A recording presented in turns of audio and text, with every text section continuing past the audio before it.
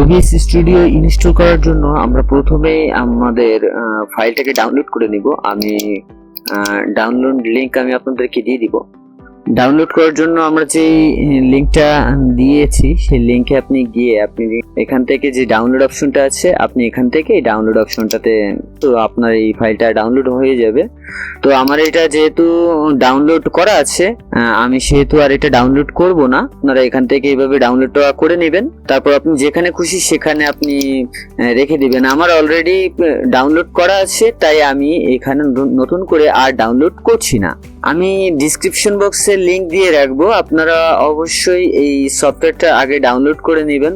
OBS studio version হচ্ছে 29.1.2, 128 MB একটা software এবং এটা হচ্ছে 64 বিটের কম্পিউটারের জন্য আর কি রেডি করা। তো আপনারা ডাউনলোড অলওয়েজ এখানে চাপ দিয়ে আপনারা ফোল্ডারটা ডাউনলোড করে নেবেন। আমার অলরেডি ডাউনলোড করা আছে তাই আর ডাউনলোড করছি না, আপনারা সফটওয়্যারটা ডাউনলোড করে নেবেন।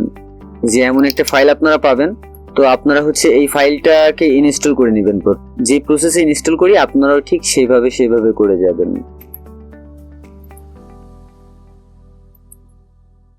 অলরেডি একটা ইনস্টল হওয়া শুরু হয়ে গেছে, তো এই সফটওয়্যারটা ইনস্টল হয়ে যায়।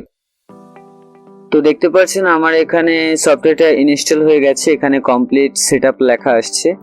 তো আমরা এখন এটাকে আমরা একটু ওপেন করে দেখব এবং এর সেটআপটা আমরা করে নিব। আমাদের সফটওয়্যারটা দেখতে পাচ্ছেন, এই হচ্ছে আমাদের সফটওয়্যার। তো আমরা এখন সফটওয়্যারটাকে ওপেন করে নিচ্ছি। আমরা বেশি কিছু করব না, আমরা এখানে optimize to streaming recording and secondary আমরা এটাই রেখে আমরা নেক্সটে দেব। পিসির যে বেসিক রেগুলেশন সেই রেগুলেশন অনুযায়ী এখানে অটোমেটিকলি চলে আসবে এবং আমরা এখানে কত FPS এর ভিডিও শুট করতে চাই তার জন্য হচ্ছে এখানে বলছে আমার এখানে বলছে 60 পসিবল। তো আমি এখানে আপনাদেরও রিকমেন্ড করব আপনারা 60 FPS এ ভিডিওটা ধারণ করার জন্য বা স্ক্রিন রেকর্ডটা করার জন্য।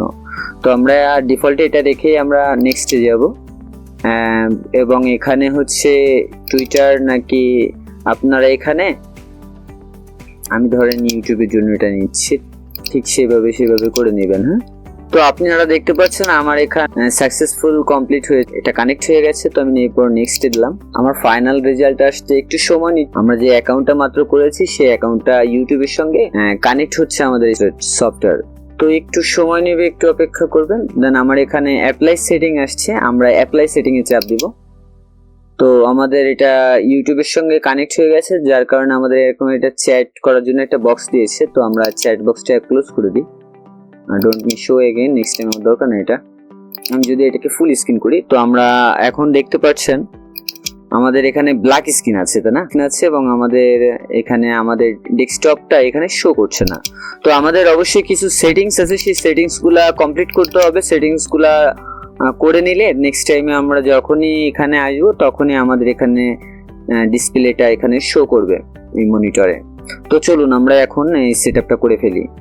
তো আপনারা দেখবেন এখানে একটা সিন ক্রিয়েট করা আছে। যদি বাই চান্স এখানে কখনো কিছু সিন না লেখা থাকে, আরেকটা অ্যাড করতে চান, আপনারা চাইলে এখান থেকে অ্যাড করতে পারেন। সিন 2 নাম দিয়ে আমি একটা করলাম, তো করেছি। তা আমার সিন 2টা দরকার না, আমি এখানে একটাই রেখে দিই।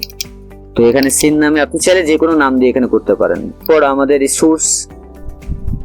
সোর্সে এসে এখানে একটা প্লাসে চাপ দিয়ে আমাদের এখানে দেখিয়ে দিতে হবে যে কোথা থেকে আমাদের এই স্ক্রিন রেকর্ডটা হবে। তো আমরা চাচ্ছি যেহেতু স্ক্রিন রেকর্ড করতে, তাই আমরা এখানে ডিসপ্লে ক্যাপচার যেটা আছে আমরা এখানে চাপ দিব। দিলে আমি এখন এখানে একটা নাম দিতে পারি, যে নামটা দিব সেই নামে ভিডিওটা সেভ হবে। তো আমি চাচ্ছি এটা জাস্ট ডি দিয়ে সেভ করি। হ্যাঁ, ডি দিয়ে আমি জাস্ট এটাকে দিয়ে দিলাম, ওকে। তো দেখেন এই এখন আমার কিন্তু ডিসপ্লের যে মনিটরটার যে স্ক্রিনে যা ছিল সেটা কিন্তু এখানে শো করছে। এখানে অটকেলে রেখে আমরা এখানে আমাদের রেগুলেশনটা ঠিক আছে। আচ্ছা, আমরা এখন এখানে যেটা আছে ঠিক আছে, এখন আমরা ওকে দিয়ে দিব।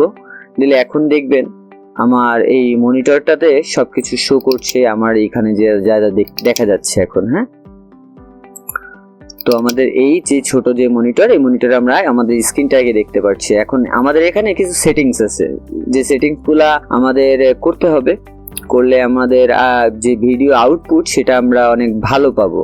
তার জন্য আমাদের চলে যেতে হবে সেটিংসে। সেটিংসে যাওয়ার পর আমাদের চলে যেতে হবে ভিডিওতে।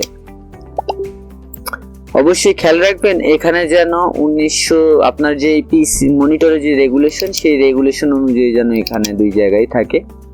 আর এবং এটা কত এফপিএস আপনি ধারণ করবেন, আপনি চাইলে 30 এফপিএসও নিতে পারেন, আবার চাইলে 60 এফপিএসও আপনি এই ভিডিও ফরম্যাটটা নিতে পারেন। তো আমি রেকমেন্ড করব আপনার পিসি বা আপনার যদি স্টোরেজের সমস্যা না থাকে তাহলে আপনি 60 এফপিএস এ একটা ফাইল ধারণ করবেন।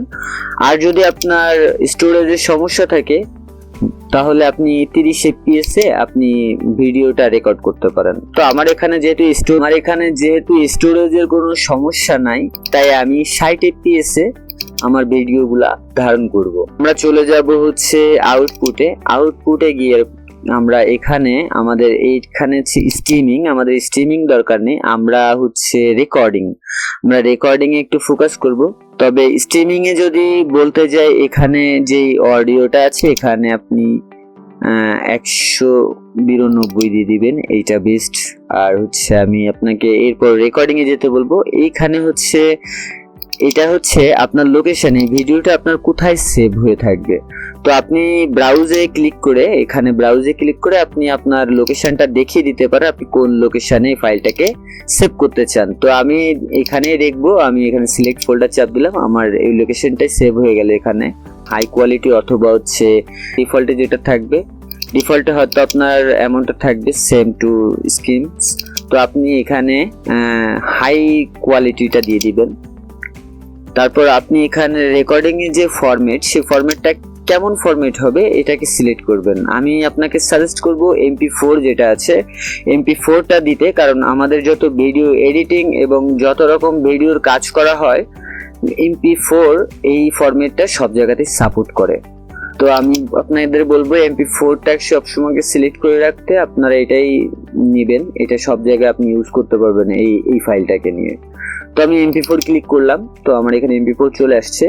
আর এখানে সফটওয়্যার যে ভিডিও এনকোডার আছে সেখানে সফটওয়্যার এটা ডিফল্টে রাখবেন। যদি আপনার এক্সটার্নাল কোন গ্রাফিক্স কার্ড থাকে তাহলে এখানে তার নামটা পাবেন, আপনি সেই গ্রাফিক্স কার্ড অনুযায়ী কাজ করতে পারবেন।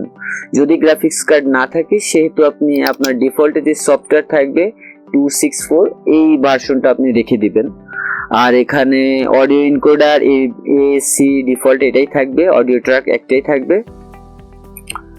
তো দেন আমরা যদি আমরা ওকে করি, তো অ্যাপ্লাই করে আমরা যদি দিয়েছি, আমি এখন আমার স্ক্রিনের উপর আছি, আমি চাচ্ছি যে আমার এই পিসিতে এই যে ফাঁকা যেই ফাইলগুলো আমার পড়ে আছে ডিলিট করা, আমি এগুলো টেম্পোরারি ডিলিট করেছিলাম, তো আমি এটাকে চাচ্ছি এখন পার্মানেন্টলি ডিলিট হয়ে যাক। তো আমি এটাকে সম্পূর্ণ ডিলিট করে দিলাম। তো এখন যদি আমরা এই স্ক্রিনটাকে রেকর্ড করে দিই, অফ করে দিই, তাহলে আমাদের ভিডিওটা রেকর্ডিং করা স্টপ করে দিয়েছে। এখন যদি চাই আমরা ভিডিওটা সেভ কোথায় হয়েছে দেখতে যাই, তো আপনি আপনার লোকেশন অনুযায়ী একটা খুঁজে আসবেন, যেখানে আপনি সেভ করেছিলেন আপনি সেই লোকেশনে আপনার এই ভিডিওটা পেয়ে যাবেন। দেখুন মাত্র আমি যে ভিডিওটা রেডি করেছি সেই ভিডিও ছিল এটা।